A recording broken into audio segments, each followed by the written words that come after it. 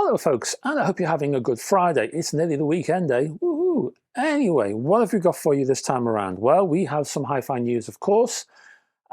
Four items for you. I've got a trivia question. I also have a viewer question, and I have a very quick hint tip thingy for, I don't know why I do that, but there you are, hint tip. Why should tip be in one of those? I have no idea, or a pair of those.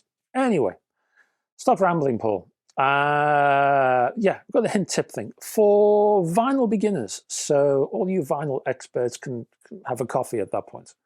Anyway, let's start with trivia. And we had a French thing going on, didn't we, for the past couple of weeks? I'm going to change the theme. We're going to look at something else. Here we go. And I'm changing the theme to something very different indeed. This particular theme, and I might carry this on next week, is fashion and design. And here's the first question, and it is, which artist made his first appearance on national television in 1964, year I was born, as the representative of the Society for the Prevention of Cruelty to Long-Haired Men? One more time. Which artist made his first appearance on national television in 1964 as the representative of the Society for the Prevention of Cruelty to Long-Haired Men? So there's an interesting question. Hey, please, as per usual, no Googling or any of that research, just have a little think, and at the end of this video, I will give you an answer. Until then, folks, let's start with hi-fi news.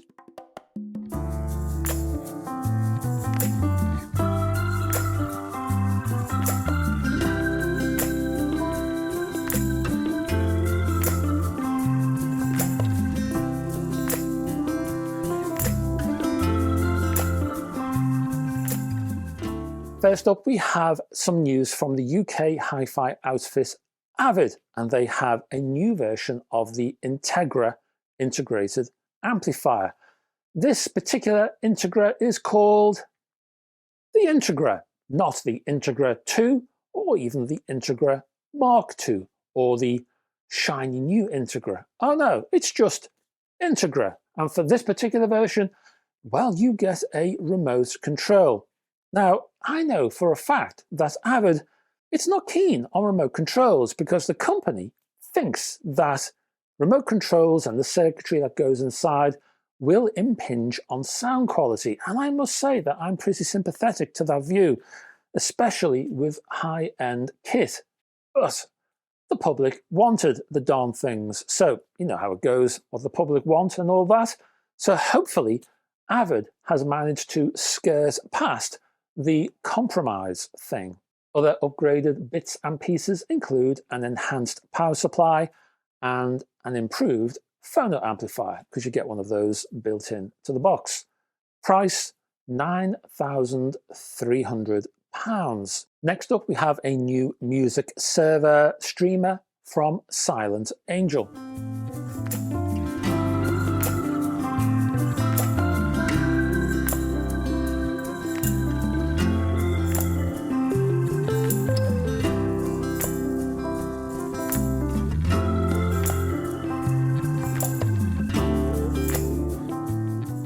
This one is called the, what, Reen Z1? Reen? I'm going to go for Reen. Tell me if I'm wrong.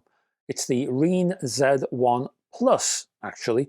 This new music server supports up to 32-bit 768 kHz and also DSD512.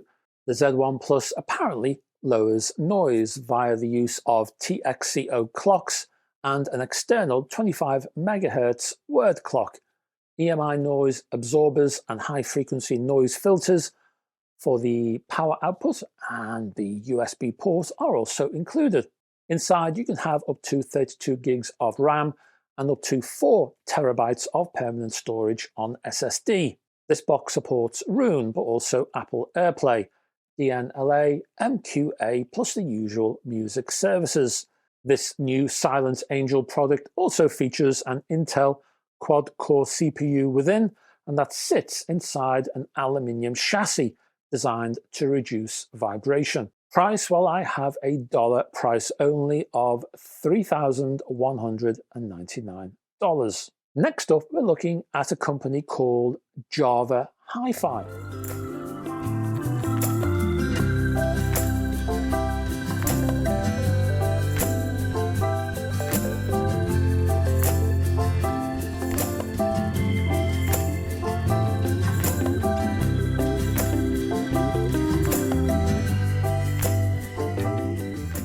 All the way from New Zealand, and when you live in the UK, it really is all the way from, this company offers a line of products. There are 6 in all, and they include preamps, integrateds, and power amplifiers. Now, apparently, the Java integrated amplifier is the world's first integrated amplifier to use gallium nitride transistors and light-dependent resistors all in the same circuit.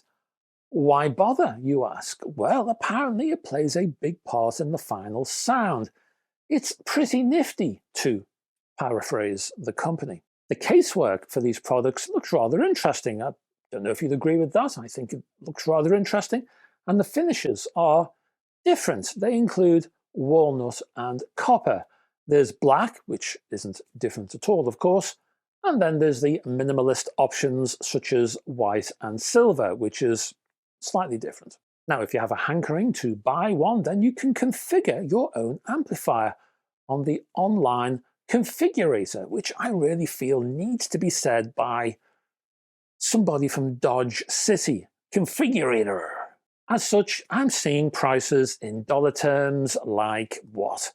$4,995 for the preamp, $9,495 for the integrated, and $7,495 for the power amp. Those kind of prices. If you want to know more, down below in the description, I will put a contact point and you can have a roam around the website and other websites I mention in this video. Next up, we have a couple of rather high-end turntables.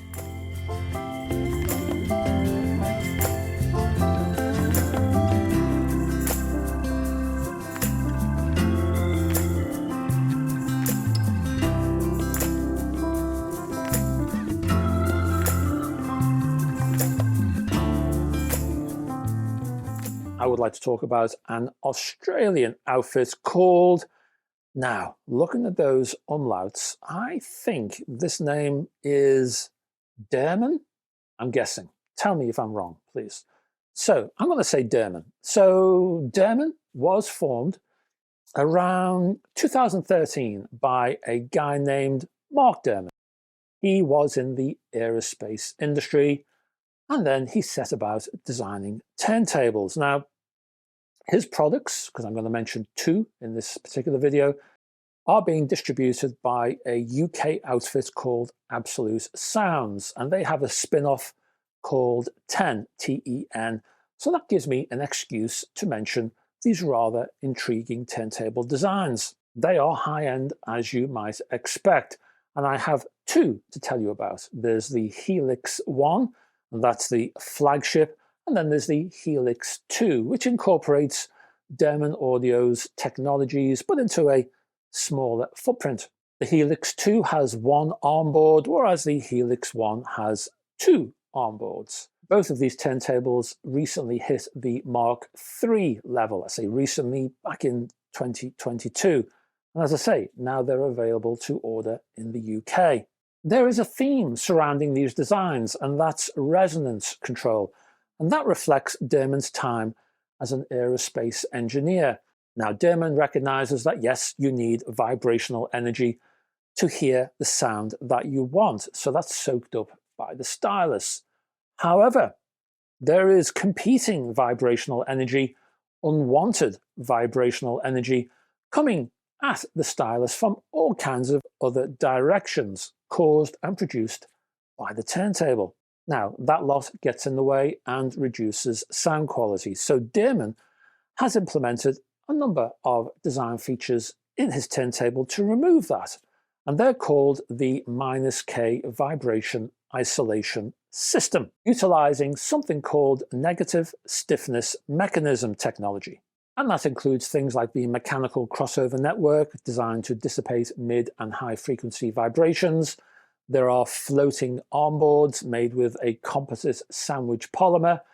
The platter for both models consists of a specific mix of elements formed using finite element loading techniques to ensure ideal distribution of mass throughout its body, and is driven by a high torque motor, custom made in Switzerland.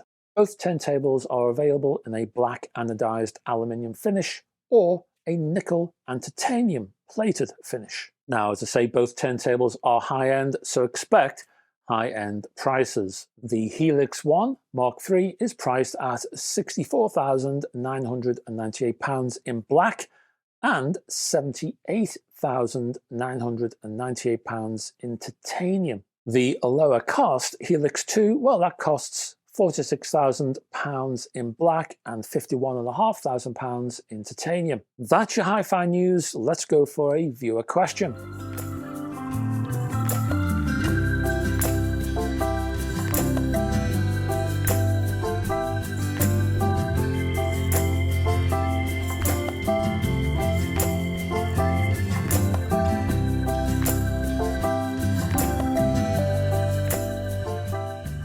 This question is from Abdel Khalil 6629, I think, and I'm going to call him Abdel for brevity purposes from now on.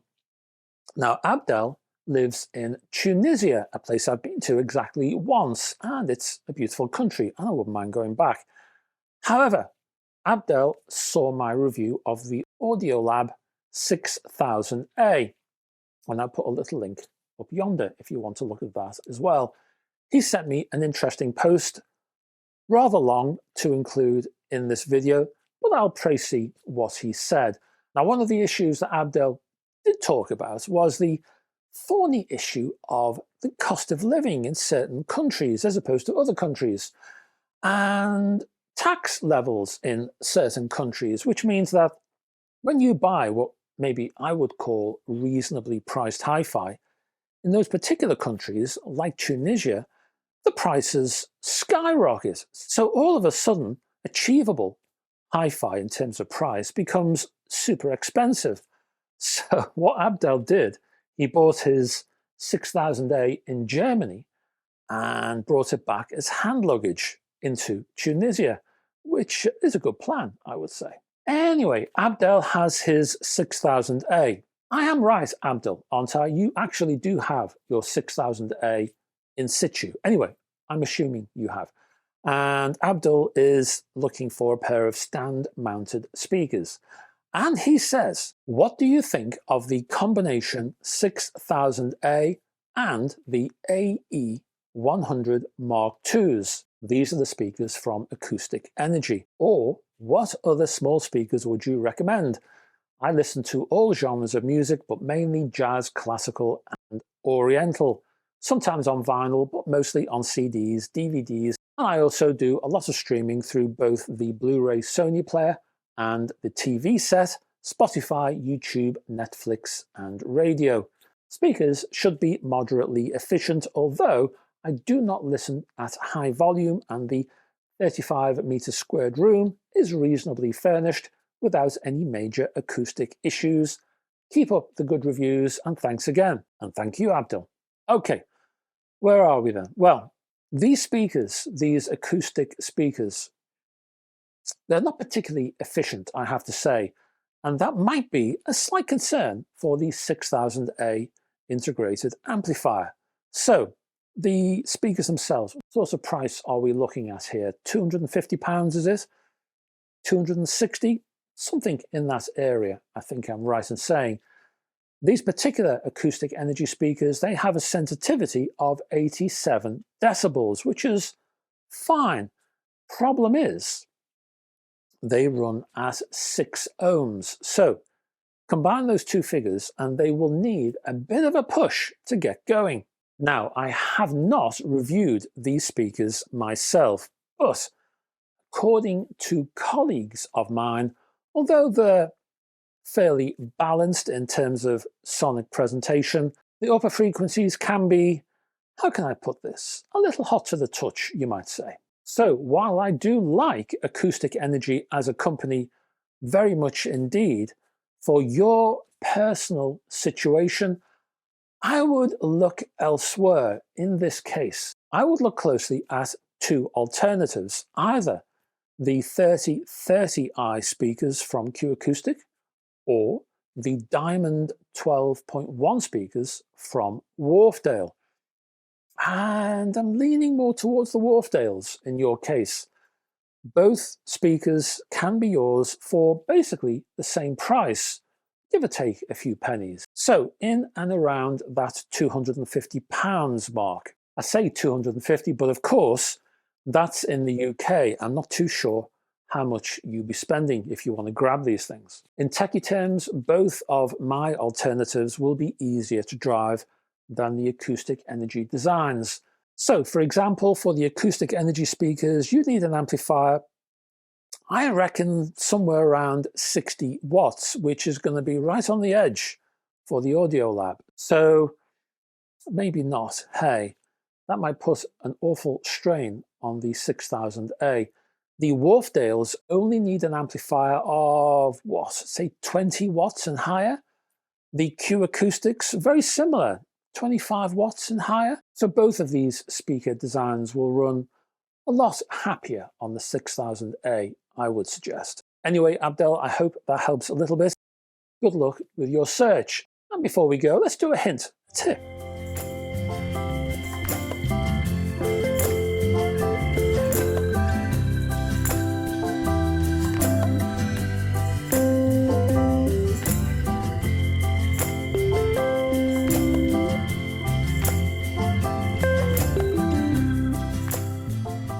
Now, for this particular hint tip thing, I'm looking at those who are interested in vinyl, and specifically beginners. Maybe you've just got into vinyl, maybe you've been away from the vinyl scene for many, many years and you're just coming back and you're, sort of re-educating yourself with the whole format. So this particular hint and tip is aimed at beginners. So all you vinyl experts, you can go over there and face the wall for a bit until I call you back later on for the trivia answer. Hey, so if you're fresh into vinyl and you're looking for a bit of help, how do you store the vinyl inside the vinyl sleeve? Now, I happen to have a double album here. Could be double, it could be a single album. It just so happens I picked out this one. And inside here, well, we have the vinyl itself. Now, normally vinyl is stored in two sleeves. You have your outer sleeve here, and you have your inner sleeve here, as you can see. And inside the inner sleeve is the vinyl record itself. So when you're looking to play some vinyl, you take this off your shelf, and you take this out of this. And then you'll take your vinyl out of this inner sleeve, and you'll put this on your turntable. You'll have a whale of a time. And then you'll remove this from your turntable and you'll put it back inside your inner sleeve. But then what? I'll tell you what, you put it back in the outer sleeve. And this is where this particular hint and tip comes into play. Because if you insert your inner sleeve with the opening facing outwards, as you can see here, and that goes inside. So there it is, you can see the vinyl poking out. What you're going to do then is you're going to allow all kinds of dust and other grime to casually float inside your outer sleeve. It's going to land on your vinyl. So when you take out your vinyl, it's going to be encrusted in dirt and other grimy bits. So to prevent that, please don't store your vinyl like this. I know, it's faster to grab your vinyl disc like that, play, and then back it goes. It takes seconds, doesn't it? But really, if you want to look after your vinyl, please don't store it like this. Instead, rotate the inner sleeve so the opening is at the top or the bottom, but at right angles anyway. At right angles to the opening of the outer sleeve. So when you push that particular vinyl into the sleeve itself, if I can do this properly without causing any ripping, then dust finds it harder to get to your vinyl disc and your vinyl stays cleaner longer and the lifespan is extended just for doing that. No other reason, just for doing that. Now, again, if you're a vinyl expert, if you're very familiar with vinyl, yes, this is an obvious hint and tip. But really, I have seen so many vinyl fans out there, some of them long-term vinyl fans, who will insert the inner sleeve with the opening parallel to the opening of the outer sleeve, so dust can freely get in. And by the time they take the vinyl out, sometimes the disc itself is dirtier than when they put it in the first place. Now, just a quick preview for a special video I'll be producing sometime in the future, you might say. I don't know when, 2030? I'm not sure. However, I will be doing a special video on inner sleeves and why, for example, you shouldn't be using these paper-only jobbies. But that's a different story, and that's to come. And I hope in that particular video that I'll look at specialist inner sleeves and pros and cons for each and all that kind of thing. So stay tuned for that. Hey, anyway, that's your hint and tip. So if you can store these things in the outer sleeves properly, it'll extend the life of your vinyl. Now, before we go, let's give you an answer to the trivia question. And let's remind you of the question, which is, which artist made his first appearance on national television in 1964 as the representative of the Society for the Prevention of Cruelty to Long-Haired Men? And the answer is Mr. David Bowie, the artist who appeared on the BBC magazine show Tonight in 1964 was at the time, of course, called David Jones. So now you know, and that's your lot. Thank you very much for staying to the end of this video, and I will put contacts and stuff down below if you need those. Also, before you go, could I ask you please to click on the like, and if you haven't done so already, the subscribe buttons, and you'll get lots of notifications of when I do new videos. Of course, if you want early access to my videos, because I publish them a few days before they appear here, you can find those on my Patreon page with all kinds of other exclusive items over there. Some text, some video. Helps to support this channel as well. Also, further down in the description, there are links to my Facebook group and my website. So please check them out. I will be back on Sunday for something slightly different, something I've never done before. Will this guy be doing handstands and star jumps? Well, no, not quite. Will he be presenting in the nude? Well, sorry ladies, not this time. What will he be doing? Well, it'll be CD based, put it that way. So check it out on Sunday. I won't tell you any more than that, but check it out on. If you're a Patreon user, you will not only know, you will have seen this video. So hey, benefits of Patreon, hey. Anyway, I'll be back on Sunday. Hope you can join me. Until then, folks, bye-bye for now.